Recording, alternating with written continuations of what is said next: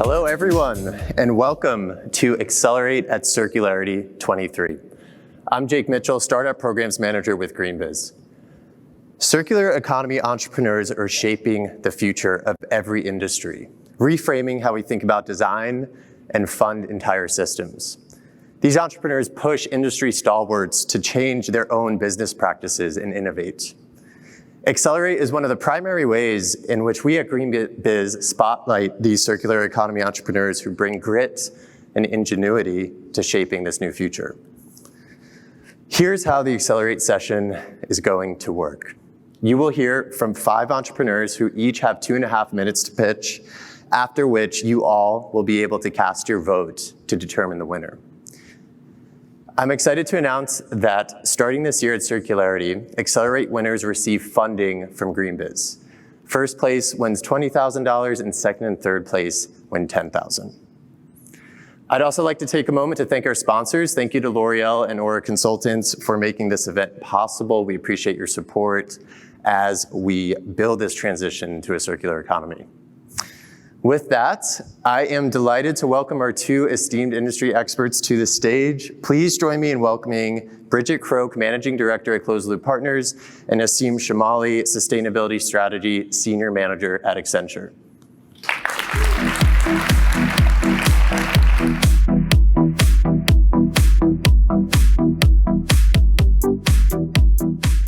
We'll be inviting Bridget and Asim to share their perspectives on how these startups fit into the broader circular economy. So thank you so much for being here with us today. Now remember, in the end, it will be up to all of you to determine the winner of Accelerate at Circularity 23. Are you ready? Are you ready? Let's go. All right. So let's dive right in. We'll begin with Rebundle.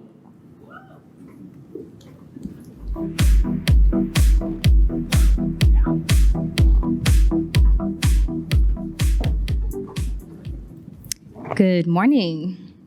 My name is Sierra Imani May, and I'm the CEO and founder of Rebundle. There is a big, hairy, $14 billion problem in the hair extensions industry. Most plastic synthetic hair is made out of PVC, and 1 in 3 wearers will experience some sort of scalp irritation while wearing braids due to the toxins. These toxins are known carcinogens, endocrine disruptors, and huge pollutants. In fact, we estimate that nearly 30 million pounds of plastic synthetic hair will end up in US landfills each year. As a Black woman who's been wearing braids all my life, I recognize that not only was this a health concern, but an environmental justice issue that has been overlooked for decades. And that's why I started Rebundle, the first US-made plant-based hair extensions brand, revolutionizing hair extensions with more comfort and less waste. USDA bio-preferred, certified, and microbiome friendly. Braid Better is non-toxic, it is itch-free, it's toxic-free, and biodegradable after use. We have made some major milestones since we launched a couple years ago with investments from Colin Kaepernick and Chris Paul. Our products are made in the US with a vertically integrated supply chain, first of its kind, and we have defensible technology. Since we relaunched this past November, we've seen 35% month-over-month growth. We're an award-winning brand. We've been featured in nearly every major beauty publication that's out there, helping our customers find us and keeping us top of mind for new shoppers. So we're carving out our very own lane in this space, quickly becoming a category-defining brand. The competition is either just getting started or haven't even left the starting blocks. So what that means is we'll continue to focus on what we do well, braider advocacy and smart brand plays. Our unit economics tells us that our average customer is buying 4 bundles at a time, and 14% of our customers are coming back for more. Our gross margins tell us that we need to start outsourcing our production, which will start this quarter, and this way we can drive up our margins and drive down our cost. Wouldn't be possible without my amazing team. We have each vertical covered from product, marketing, brand, and operations. Today, I'm raising a $500,000 bridge round to help continue and further our mission of dramatically decreasing the health and environmental disparities in the hair extensions industry. Thank you.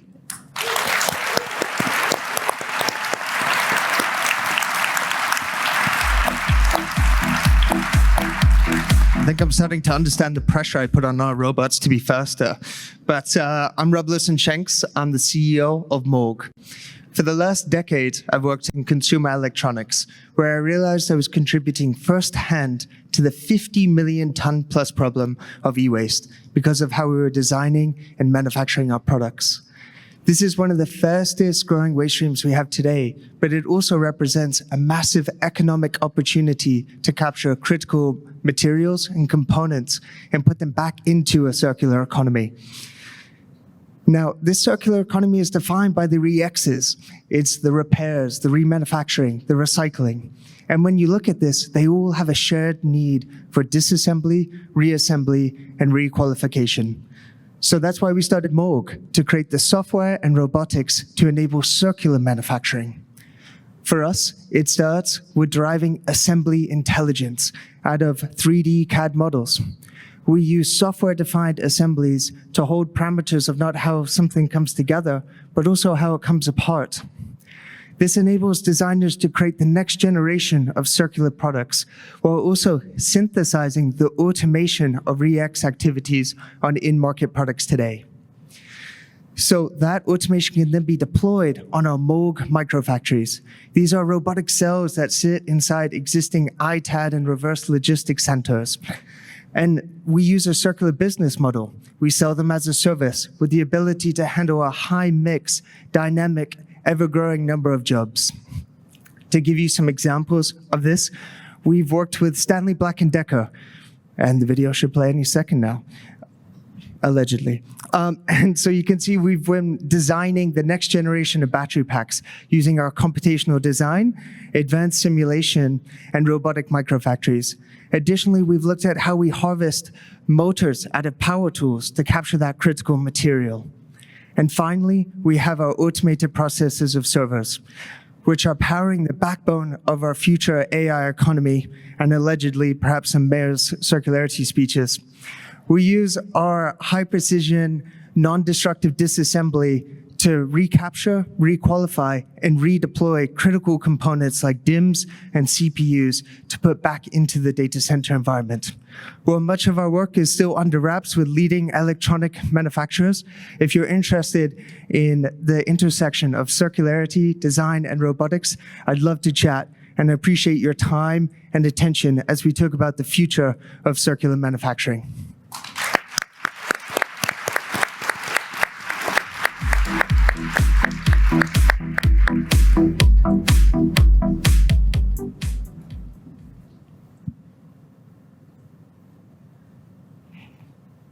The production of plastics and chemicals from fossil fuels releases 4.8 gigatons of CO2 each year.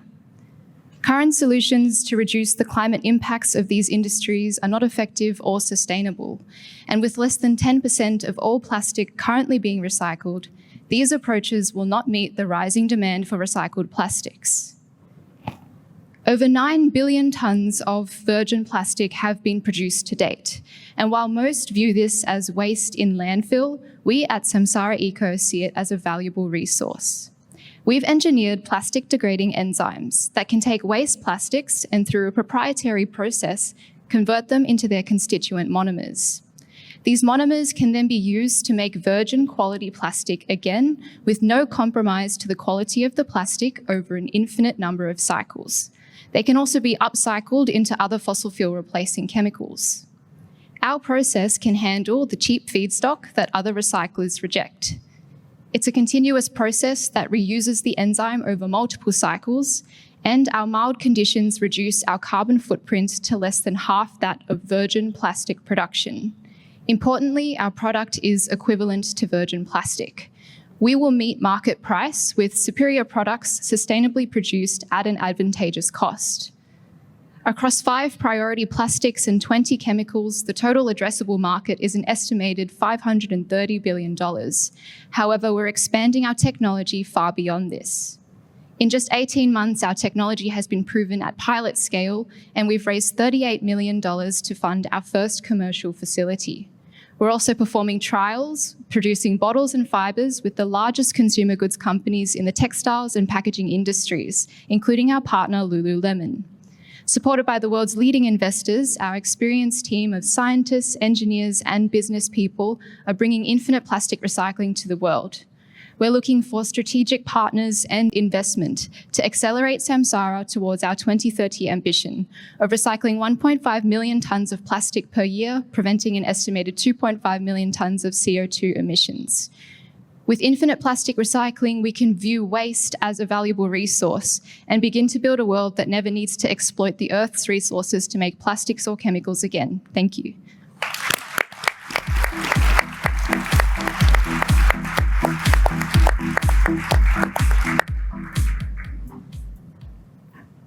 Hello, I am David, the co-founder and CEO of Fortuna Cools. And Fortuna was really founded around a mystery. So just imagine for a moment a styrofoam cooler. Imagine brushing that cooler with your fingernail and just hear that plasticky, spine-tingling sound that it makes. Now imagine accidentally dropping that cooler on the ground and look as it disintegrates into 6 million tiny little pieces that are already blowing away in the wind. So no one likes plastic foam, right? And yet everyone is still using it. Even though we heard where much of this plastic foam is produced and where a whole bunch of it is ending up. So at Fortuna, we turn organic agricultural waste into premium insulation. Our raw material is this: coconut husks, the leftover byproduct of the enormous coconut oil industry.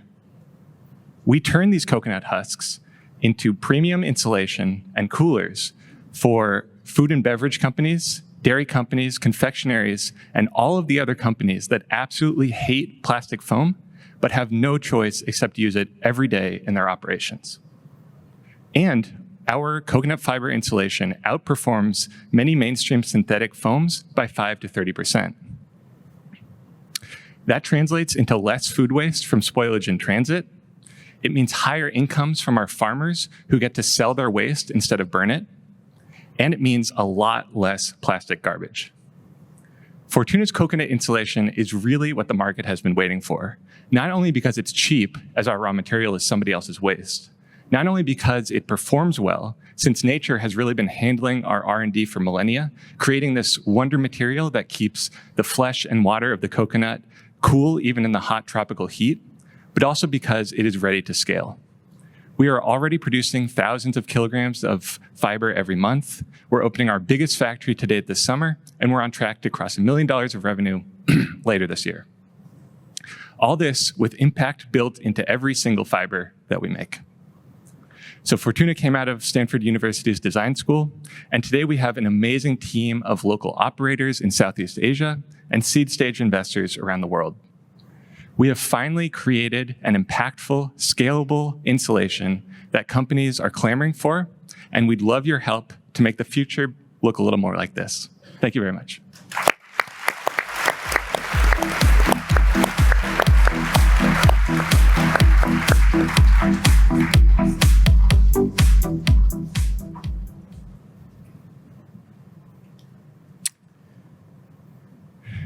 Well, good morning, everybody.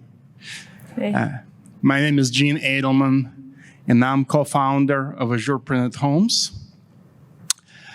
And I want to welcome you to the next dimension of living in a 3D printed home, your sweet home. Whenever somebody mentions housing or climate, it's always followed by crisis, right? If Jesus were to return today to Earth, the only business activity he would recognize is how homes are built, right? Why is that? Construction wastes resources, time, and money, which lead to the housing crisis we're in right now. Imagine if we were to take this waste and use it purposely by 3D printing beautiful homes with recycled plastic as a core material, and that can be printed in 24 hours. You know how long it takes to build homes if you've ever done a renovation or construction in your own place. The other features of our homes is they're highly energy efficient. By 3D printing, we can basically customize the insulation for the house. And very important, at the end of the useful life, it can be again recycled through definition of circular economy. I've started 3 businesses before, and only now I really feel what is the true product market fit.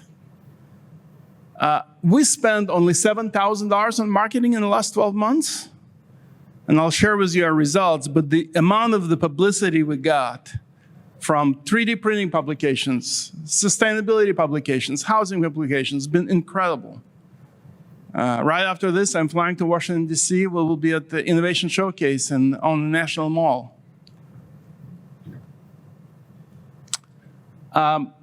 We've been working on this for the last 3.5 years. And in April this year, we got a truckload of pellets with recycled materials. We got our patented 3D printer ready and got it tuned up.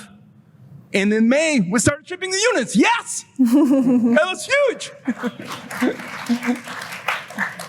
Our first focus is to solve the homelessness crisis. I'm a refugee from Ukraine, and I came to LA some time ago, and it hurts me to drive from my house to my office, which is like 7 minutes away, and to pass hundreds and thousands of unhoused individuals. There are 70,000 unhoused in LA now, and it's everywhere else, but never as bad as in our community. LA has been spending $700,000 per unit to house a single person up to now. And we can do it for under $20,000. So there is just incredible revolution. This is not just incremental change that we're talking about. It's just a totally new way to build. And who is in this audience is ready to change the way buildings are built? Let's see the round of hands. Yeah.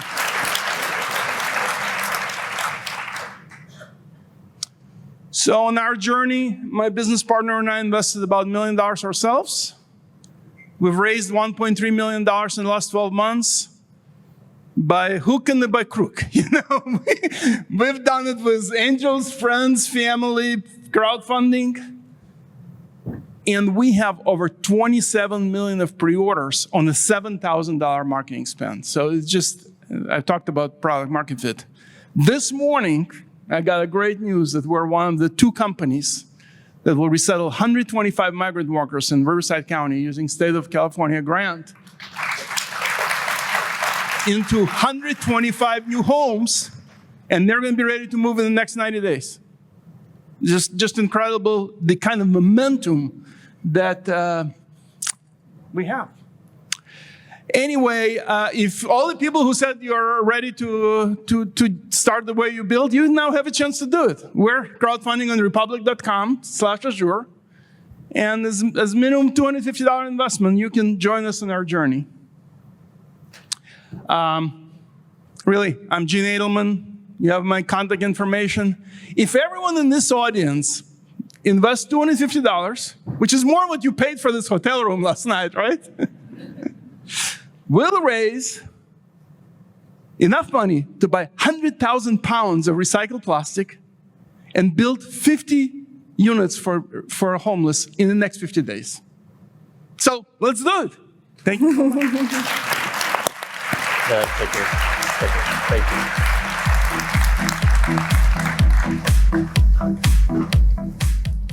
Okay.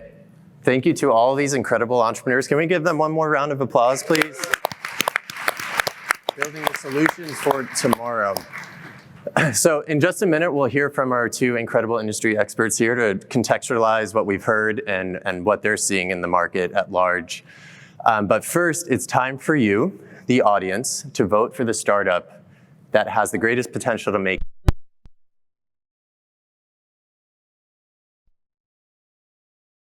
open the event app, Whova, navigate to the agenda and go to Accelerate at Circularity, click into that, and within the session, you'll see polls. Click polls, and cast the vote, again, for which startup you think has the greatest potential to accelerate the circular economy. It will close in the next 5 minutes, so definitely do it now. If someone's having trouble next to you, please help them. And yeah, it'll close. So thank you for your votes. Okay.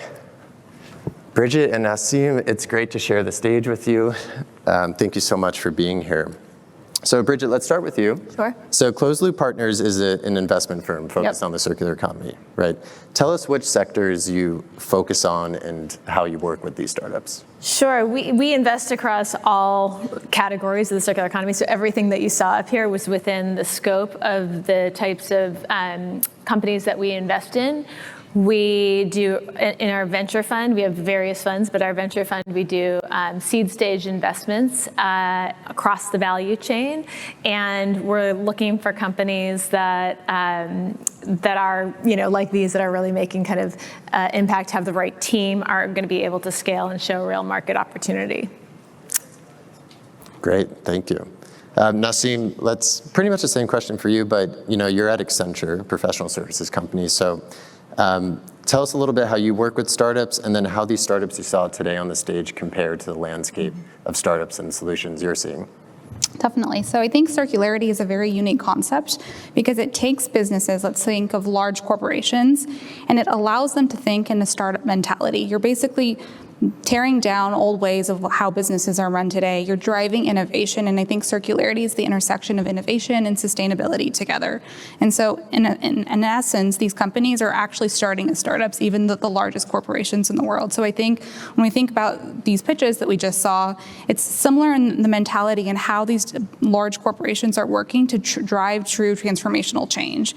And so one thing that Accenture is, we work across kind of the largest corporations in the world, but also we have the accelerator and the kind of partnerships with startups where we're also investing and looking and bringing in our partners, our industry clients, to figure out how do we make sure that we're matching the right type of startups with industry partners to help mentor them across the business and also give them opportunities like they are getting today. That's fantastic, thank you. And then what in particular, Nassim, stood out to you from the pitches you saw today? Any solutions or, Yeah, well, one, I think that they all had a great financial case, and at the end of the day, right, we're still a capitalist market, and so as we're looking to figure out which companies can we invest in, not only is it based on which ones incorporate the most circular principles, which one focus on not just sustainability, but environmental justice and looking across the ESG lens, but also figuring out the scalability of all of these companies and what they've done so far. And so I'm impressed by kind of all of the figures that we've seen today. Awesome, thank you. Bridget, same question for you. What struck you the most from these entrepreneurs? Yeah, it's so challenging. This is a fun job, but it's a really challenging one in terms of comparing them. They're all across such different industries. It's clear that they're all looking to kind of solve very specific market problems, which is something that we look at. It's like circularity should be embedded into the work or the business model, but ultimately they need to solve a real world problem that is in the market. And so that's what I'm looking for when I'm thinking about the companies and who's out front and who has the biggest impact, is where are we actually finding a pain point and solving for that. Absolutely. And we do have time for this question, I'm glad. So what major questions do you have for any of these companies? You could choose one or two, just to get a little more clarity or maybe a little more detail on their business model or impact. Bridget, we can start with you. I think relevant to the room that we're in here, I think they all have to think about who their customer is, and both kind of who is the target consumer that customer that they're going after, and what traction are they finding there. And then knowing that there's a lot of big companies in the audience who may intersect, to Nassim's point earlier, with being able to kind of support their growth or actually be a part of their growth. What are some of the barriers that they're facing that some big companies could help them solve and help them grow faster? Awesome, great. And Nassim, same question for you. Any questions or anywhere in particular in the pitches you'd like to kind of dig in more, if you could ask them? Yeah, so I also like to compare it to the alternative. So for example, let's take the first pitch that we heard where they're coming up with new innovative solutions that are bio-based to kind of replace hair products. If you look to figure out how do we actually take back the existing products that are out there that are based on plastics that have so much chemicals, it's also interesting to figure out not only are they driving new business models, but what can they be doing to incentivize and partner with their customers out there to take back actually the existing products out there. Absolutely. Okay, we're getting close to the end here, which means I'm going to put you both on the spot. So Bridget, let's start with you. So which startup would get your vote today and why? Yeah, I mean, it's challenging, obviously. They're all really interesting and had interesting solutions and a lot more questions. If we were actually doing due diligence on these companies, we'd have a very detailed process that we go through.